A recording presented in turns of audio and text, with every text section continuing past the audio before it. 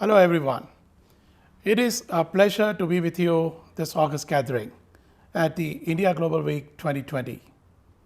Joining from Singapore, I am Atul Temurnikar, co-founder and chairman of the Global Schools Foundation. Among the many social and cultural projects that we do, we also run the Global Indian International Schools and the One World International Schools. Today we are going to have an interesting conversation on truly transformative partnerships in the business collaboration areas with some of the most creative and innovative minds on the subject.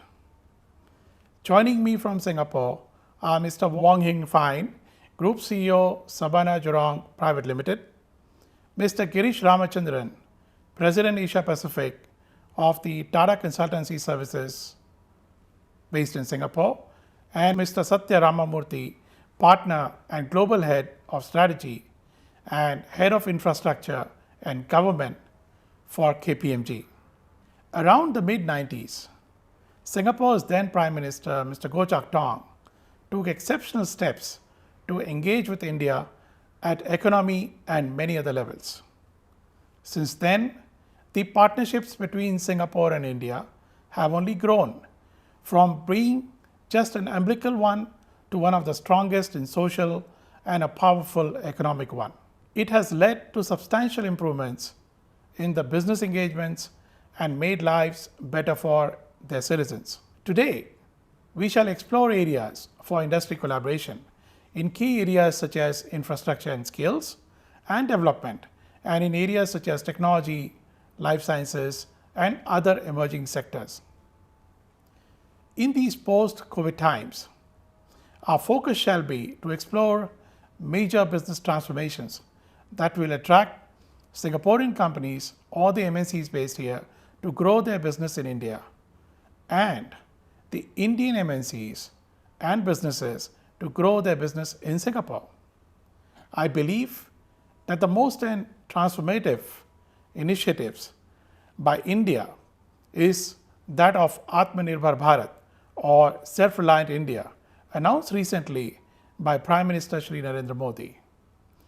This is not just a call or scaling up of manufacturing to next level, but it is also a well thought out program that will be a win-win for the people of India and also for the investors to grow their businesses in one of the fastest growing and reliable economies. Today, India is in the world's top 2 positions for startups, adding roughly 4 startups per hour, which is at this speed arguably is the most unprecedented in the modern world. The government is giving ample capital support by promising over 1.5 billion in funds. In fact, one of our alumni, Jayasimha Pasumarthi, is one of the youngest entrepreneurs in India and a proud part of India's startup ecosystem. Jayasimha is one of the thousands benefiting from the incubators, futuristic ideas and schemes supported by the government and mentored by the leaders of the private sector. This phenomenally positive startup change is happening across the country, not just in big cities, but across the length and breadth of the country. Almost half of the new job opportunities and the SMEs in the country are created in the Tier 2 and Tier 3 cities, which means ideas, talent, and capital is spreading far and wide. For India, Singapore is its largest trading partner, with bilateral trade estimated to hit 50 billion by 2025.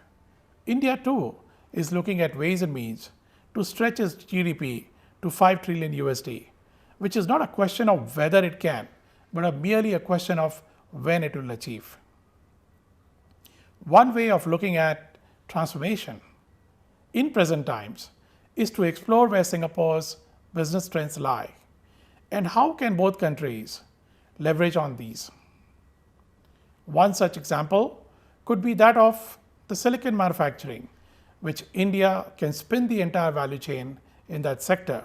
And the best part, semiconductor design talent is abundantly available within the country. Today, India has launched schemes for electronics manufacturing in order to position India as a global hub. in the space of electronics, system design, and manufacturing, or ESDM. India also supplies to the world all the talent that is needed to operate these chip industries. In fact, Indians since the 80s have been involved in the VLSI design, chip design and development from the times of 8085 processors to Pentium chips, and have a massive talent pool across the world. So Samsung, Hynix, Intel and TSMC can now easily look forward to setting up these plants in India. Tesla too, I understand, is exploring India as a possible base for manufacturing of their EVs. Having chip manufacturing will help entire electronics products value chain. However, when it comes to execution, there are some good lessons that India can take from China and Vietnam, who have established a vibrant manufacturing sector, and India can offer a complementary proposition to the investors rather than a competing one.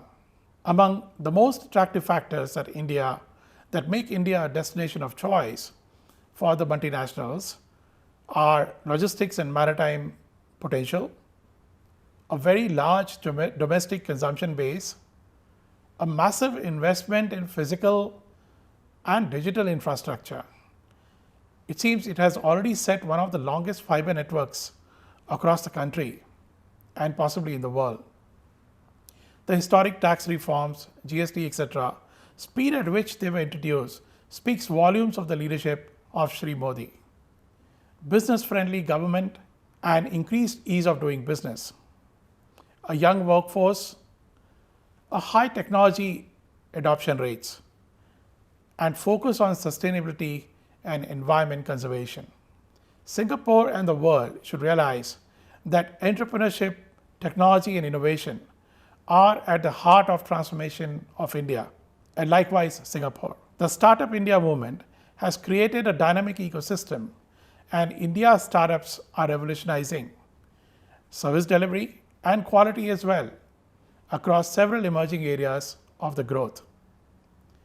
India has the second best ecosystem for startups in the world. The recent moves are likely to cause some exponential growth in India's own social and digital app platforms. A large number of them are finding solutions for the unique challenges in India, and several of them are leveraging technology to enhance the health and education outcomes as well. Finally, for the ease of doing business, this pandemic perhaps will help India accelerate its ease of doing business to get into the top 25 by 2025. Let me now invite my colleague, Mr. Wong Hyung Fine, to give his thoughts on the transformative partnerships. Thank you.